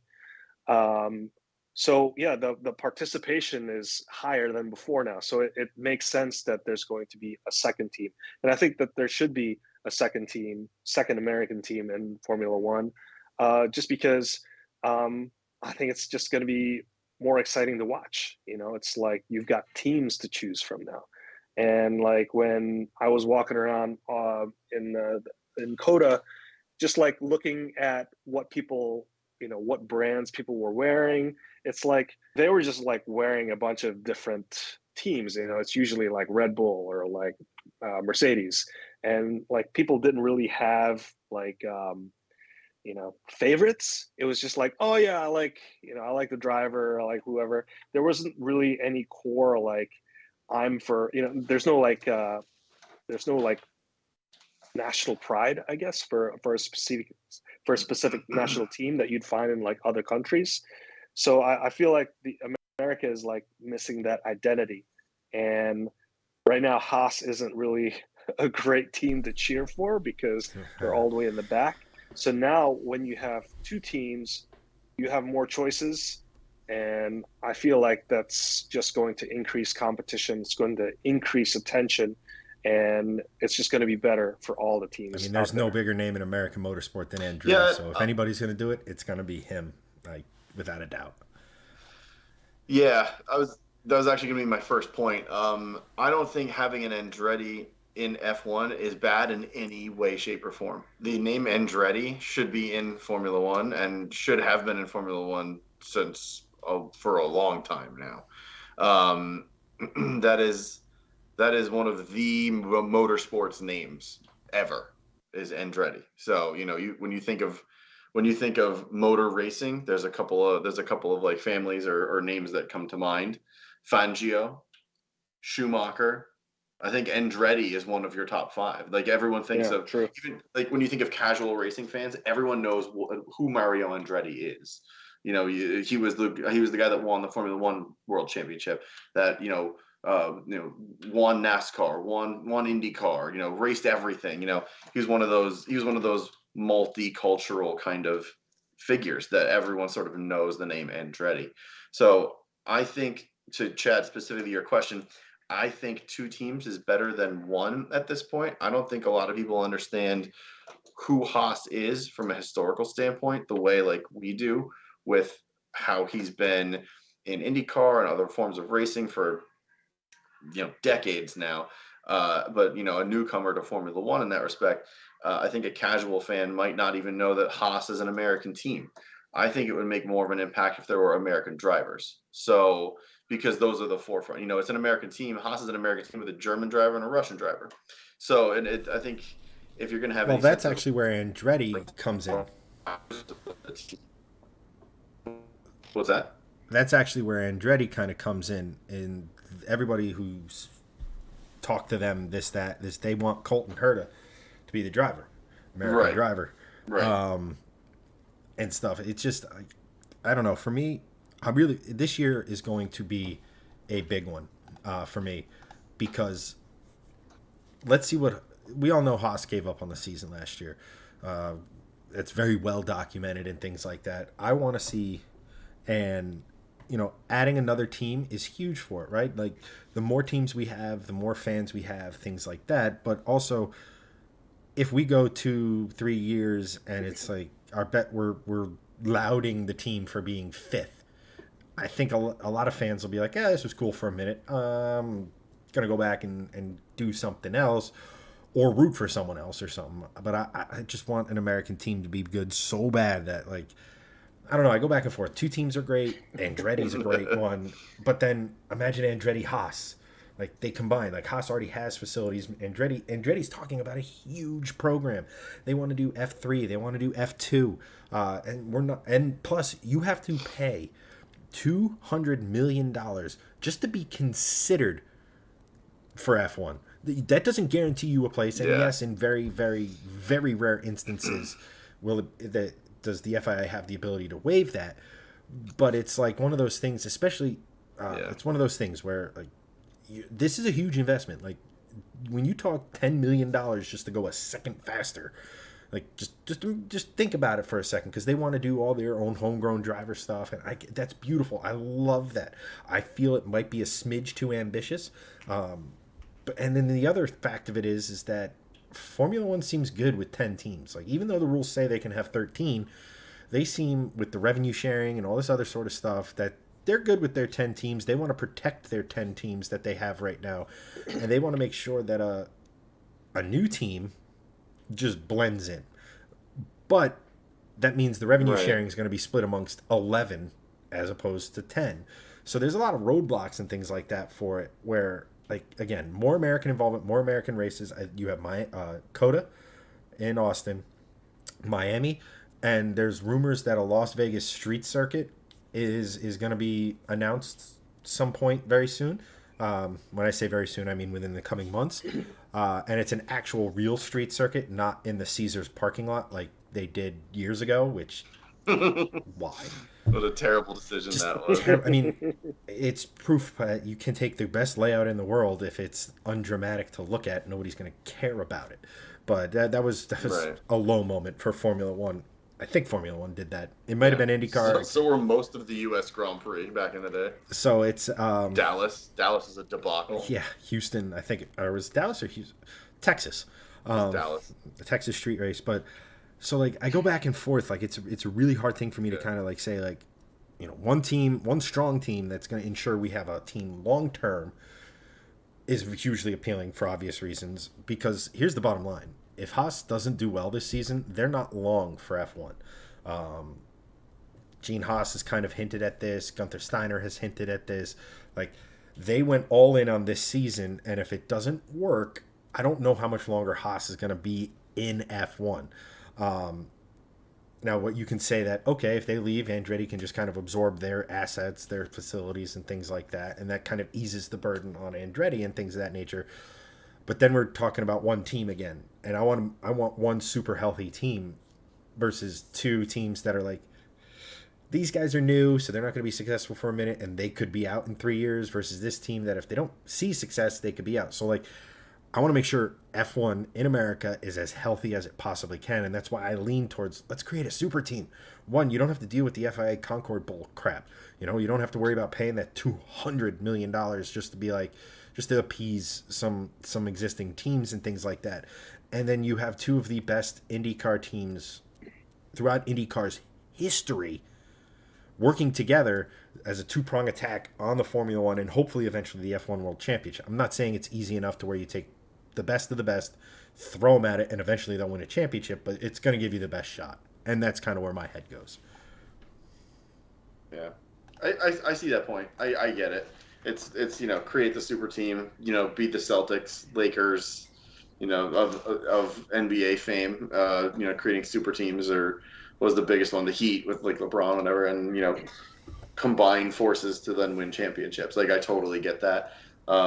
I don't know. I'd like to see it two teams just because I'd like to see the rivalry potentially between Andretti and Haas too. Absolutely. That'd be kinda neat. Like that would be so cool if we could pull it off. It's just Yeah. I don't know, man. The reality is maybe a little different. That's why I said this year. If Haas does great this year, bring on Andretti. Let's create kind of a rivalry and see if they can jointly bring each other up.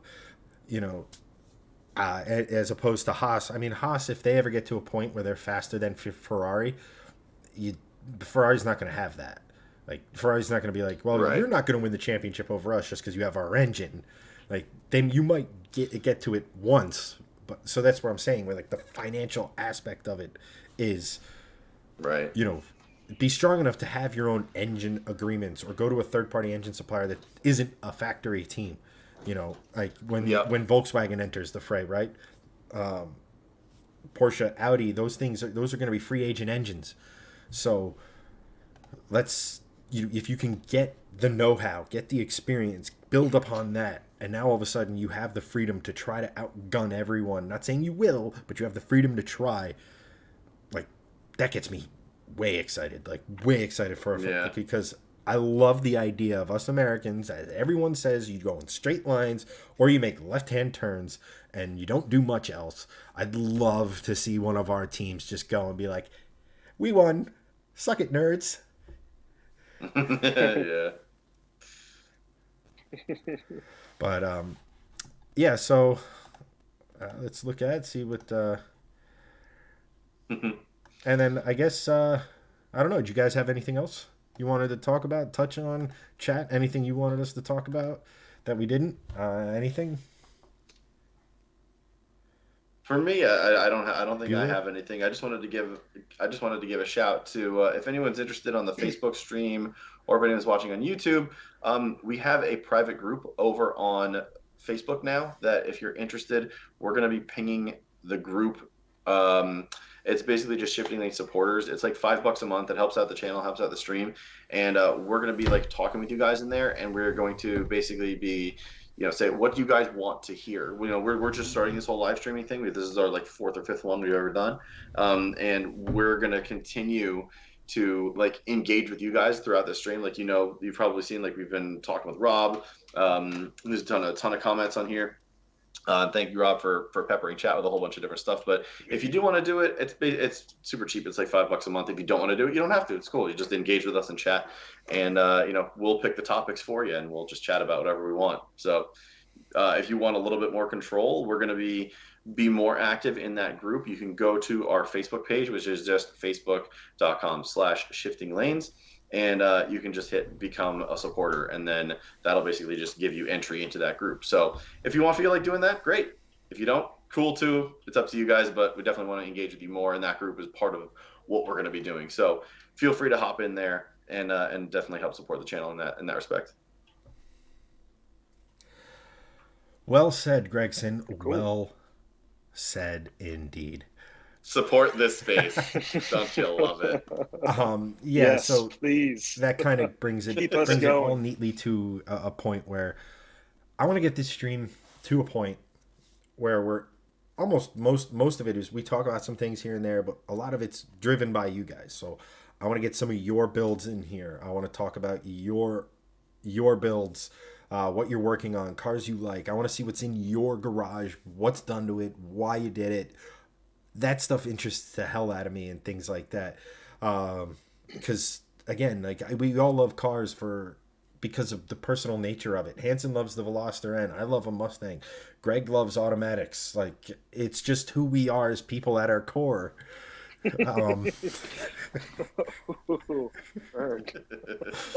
But all kidding aside, I want to see what you guys are. So joining that supporter group is where we're going to pull a lot of this stuff in, and it helps us. And if you submit like your rides and stuff as a supporter, we're at first, at least while we're growing, we're going to probably talk about it and talk about your rides. And you can tell your friends, like, these guys are complete idiots because they said X about my car, or I can't believe they think I did this on my own. These guys are more like whatever. Like, I want to see your guys' cars. I want to see you talking about it. I want to get a community. I want to build a community of people. That's almost like going to a car show every Monday night with us. We get to talk about whatever's going on automotively. We'll talk about some builds. We'll talk about our cars, your cars, that sort of thing. Like, just a community of car people, and just take it from there. Yeah, that'd be awesome. We're gonna keep doing it until keep doing it and shoving it down your throats until you do become a community around us. So, too bad, suckers. You're gonna like it or not. And there goes the sucker. Well, thanks. All four of them on the YouTube channel. To be fair, though, we went from 12 viewers to 20 just talking about that stuff. So. Yeah. And like Mark Anthony said, yeah. It's Greg likes automatics and frying clutches. It's. I mean, you're not wrong. You're not wrong. Yeah. I'm sorry, man. It just had to be done. I also like manuals and not frying clutches. I just like manuals that are, 15 years old and have an undisclosed age to them. And applying 2/3 more factory power to them. Well, I mean, yeah, that's probably what did it. Oh man, that was such a bummer because I definitely got such a good launch on that run, and then second, not and there. The best part about it was I there. Butchered the launch. You had me by I know. so much, and then I went by you and I'm know. like, something's probably broken with that car. Yeah, the best part of that, you were so concerned in the video. You're just looking back, you're just like, oh no. Oh, I think something happened. Meanwhile, I'm back there like, my clutch is fried. Because my first thought was that you were littering the track with pieces of your angle gear. I'm like, oh no, we're the guys who shut the track down. Crap. That's what I thought. Well, it was late into the night, in which case I would have been like, well, whatever, I don't really care. But at that point, I was just like, oh gosh, I hope it's not that. And then thankfully, I just went off of it, like coasted the rest of the way. Then I put it into third, and I slowly let off, and I was like, oh, okay, it went into gear, Great, cool. Let's just park it for the night. Yeah. Yeah. I mean, we can't talk about that without, unfortunately, in the interest of balance, talk about my crappy launches. That is rule number one this year. Is I want to get better at launching the car as opposed because old adage spinning ain't winning. And then but we really do need to touch on the fact that Hanson and the VN is the slowest car we own. We have to make sure that if we're going to make fun of Greg's weird left foot and his inability to clutch, we got to talk about the 15-second monster that is the N at the wheel. The 15-second monster. Yeah, no matter no matter how well I tried to launch the car and like how fast I was trying to shift, I was not leaving that 15-second mark. I could not do any better than that. But yeah, it's pretty much stock. It's got an air intake in there. AM air intake. That's got to be. Why didn't your 60-foot go to like 0.9 seconds, man? Like what the hell? They are engineered to outperform. That's their tagline. And not to toot my own horn, but 15-second monster was my nickname in college. So. What'd you do for the other 13 seconds? I'm gonna brag. Oh no, there was nothing after the first 15 seconds. It was just disappointment. And to answer Mark's comment in chat, yes, I've actually I've launched quite a few. I used to actually do quite a bit of drag racing back in the day.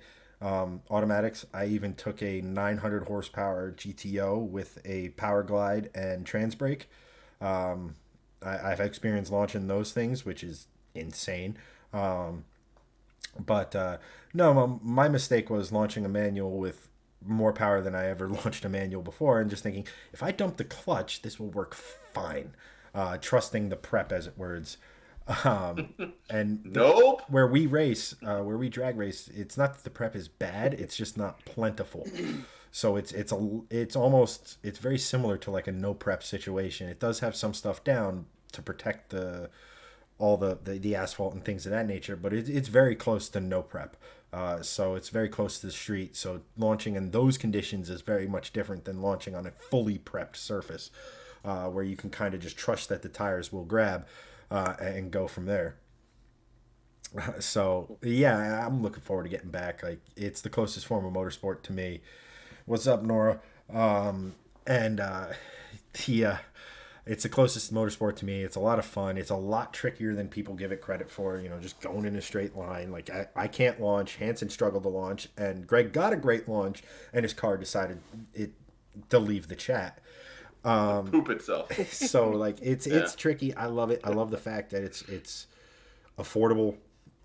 It's something we can do. It is, for manuals especially, kind of abusive, but I'm not gentle on my cars to begin with, so... Yeah, I'm excited to bring the Polestar just to see what it can do, because 13.5 is not bad for a stock car, honestly. Like that's their claim is 13.5. You guys like 13.5 at 102. I have to look up the number. That's very similar. It's pretty quick. I mean, the Mustang with its, even when I was butchering the launches, was a 13.8, 13.7 at 108, 109. So, right there, That's I'm excited because I really want to. That was probably the most fun video I ever made, even if it ended in tears. And in all seriousness aside, I felt terrible for Greg and him nuking the car and stuff, because it wasn't him. It was, it decided to actually get grip for the evening, and the clutch was like, no. Nope. So obviously you guys are beating me in the horsepower wars, and it doesn't feel great to be in third right now. So that kind of gives me an idea, and in the spirit of the Olympics, which just ended, we should come up with a motorsports Olympics where we have our drag race, where I will take bronze in that race. I don't know if you're going to qualify for the medal round. You also have to introduce other events like autocross and...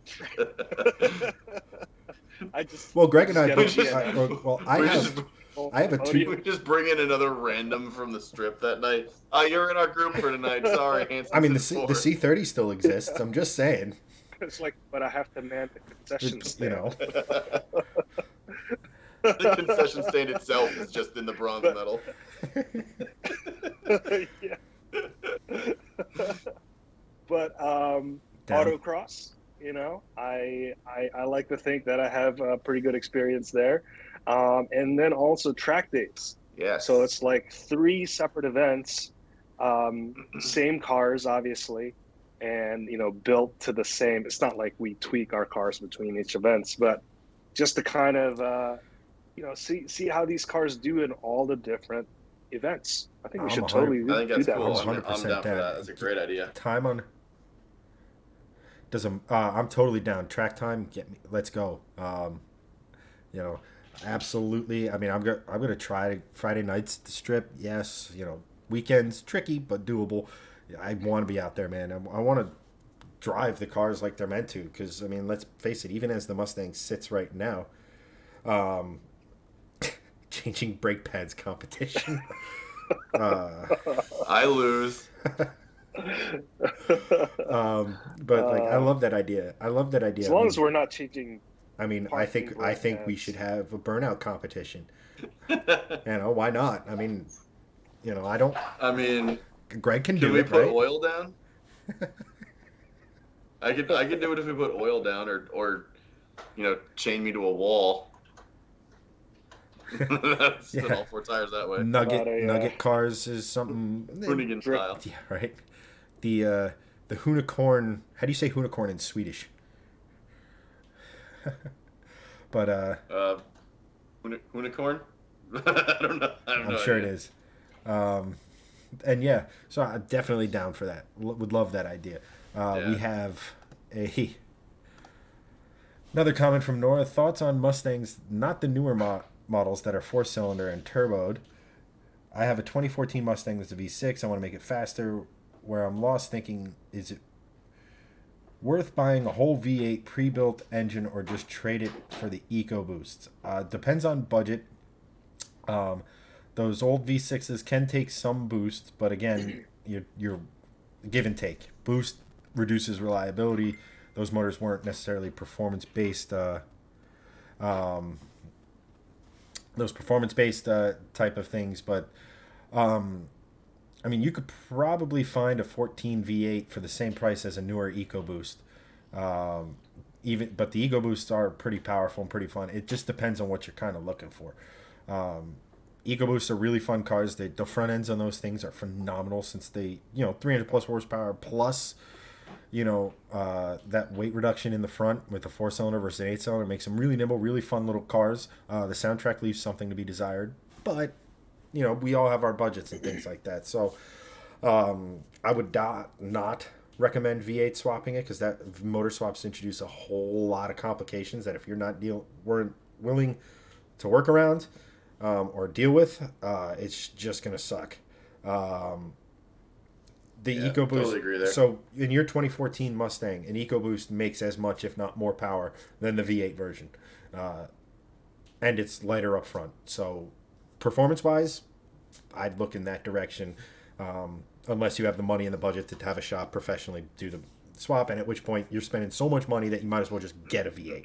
That's the best I can do there. That's what I was just gonna say. If you have the money to just get a new car, because you're gonna spend as much money swapping with everything, whether from a shop or like doing it yourself. Even if you do it yourself, like even LS swaps are like $5 to $10 all in, and that's like the cheap LS swaps, like your budget LS swaps. If you're gonna do a real good LS swap, you're gonna end up spending 10 to 20 grand depending on what you go with. And if you go with a shop, it's gonna be 20 to 25 to put it in. So and get it running. So like the big thing at that with point swaps you're is, like, well, 20 to 25 grand, we'll sell your car and just get the car with the engine that you want at that point. Yeah, what Rob said.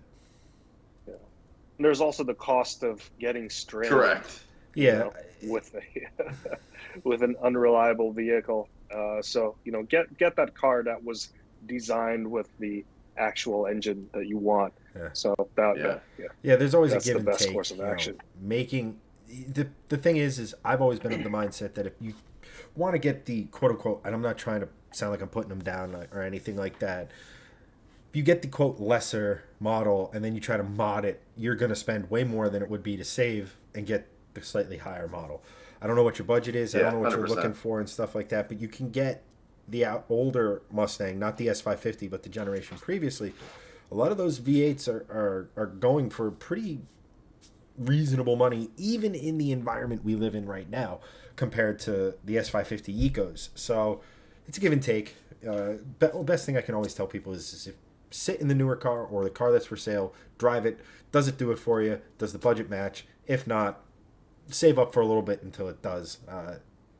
Sounds a little logical and reasonable, but that's kind of where you're at. You always want to try to get newer if you can, because newer cars, less problems. Ask me how I know.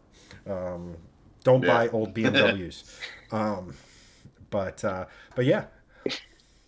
Buy old BMWs. Yeah, unless you have deep pockets, just don't buy an old BMW. Yeah. At which point it is cheaper to LS swap than deal with Vanos. No, I'm kidding. Yes. But yeah, I think that's gonna do it. Thanks for sticking around, guys. Love these. I'm actually starting to love these end of stream chat sessions. Just because it's fun. Like we get to talk about. We obviously have a list of things we want to talk about, and I kind of look into it. But like actually talking to you guys and stuff like that. But yeah, so thanks again, guys. Thanks for watching. We'll see you next week. Same time, same channel. Enjoy it. Later. See you guys.